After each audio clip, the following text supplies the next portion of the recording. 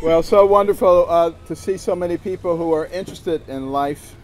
You know, my whole career was spent trying to save lives, and you know, if you look at a 1-year-old baby and how developed they are already, they're already walking and saying words and doing sign language and doing all kinds of amazing things in just a year's time. And that brain is still developing very rapidly.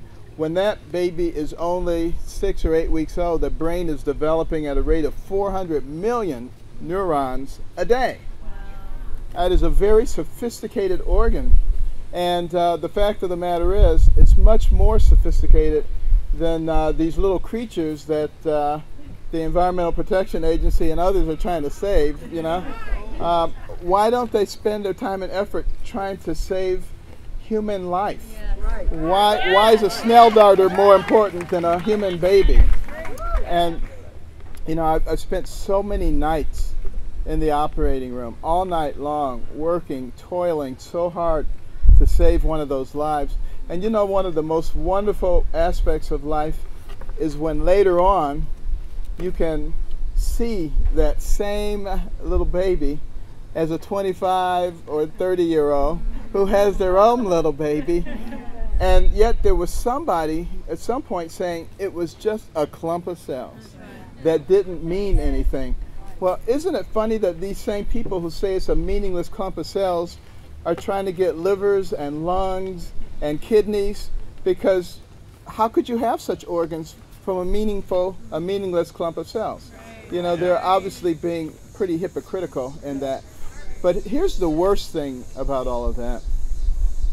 I think that we have just gradually slid in terms of our morals to a point where we don't really care about the killing of human beings. That is the bad news. The good news is I think we are changing, and I think things like this are starting to change us a lot. There are actually more people in America now who identify themselves as pro-life than there are who are pro-death.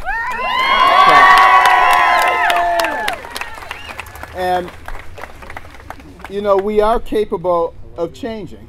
You know, there was a time in this country where there were people who thought it was okay to own other people.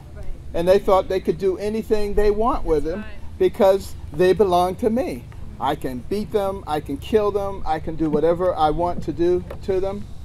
And we, fortunately, as a society, matured and began to actually think about what the words of our Declaration of Independence and what the words of our Constitution actually meant.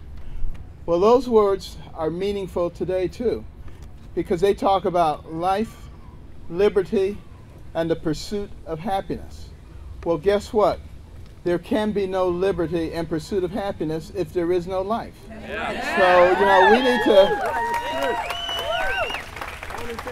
we need to start thinking about who we are and what do we believe in.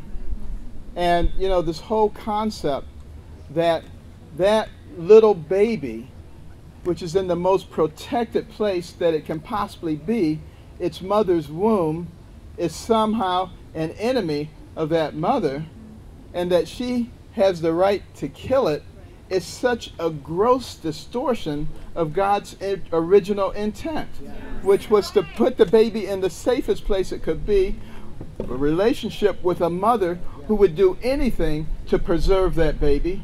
And we have distorted that to this level. And you know, it's the kind of gradualism that we find in a politically correct society. And that's why I reject outright political correctness. Throw it away. And instead, why don't we actually start using our brains? And when we use our brains, they will help us to do things.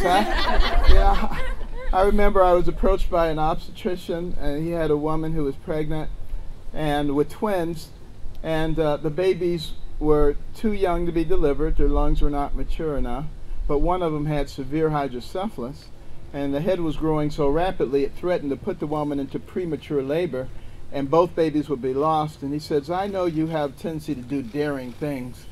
Would you consider doing a shunt on that baby while it was still in the mother's womb? Well, you know, it's not so much that I do daring things, it's just that I do logical things. And I said, well, if we don't do anything, both babies are going to die. So in a circumstance like that, is it not worthwhile to try? So I got a hold of someone who had been doing some experimental work on sheep, and I said, you know, Bob, what do you think that maybe we could figure out a way to do this in human beings very quickly? And we did, and you could see on the ultrasound screen the baby's head shrink as we put the shunt in, right in the mother's womb. And that little baby is now a young woman who is independent. And but here's what was interesting.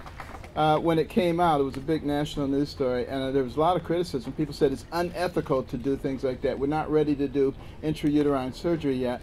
But when it became clear that not only the normal baby was okay, but the shunted baby was also okay, then all the critics said, well, I would have done that too under those circumstances. Well, we want to get to a point where they will think the way we do about human life, because there is nothing more precious than the life of a human being. And are we going to become a culture of life or a culture of death? Just think about the two different pathways and where they lead. And it is this callousness that has led to people having this hatred of anybody who disagrees with them, wanting to destroy them, wanting to destroy their life, wanting to destroy their career. This is all hand in hand. It is blatant evil that is going on in our society, and it is necessary for people of faith and people who have morals and values that made this into a great nation to stand up and be counted now and forever. Thank you so much.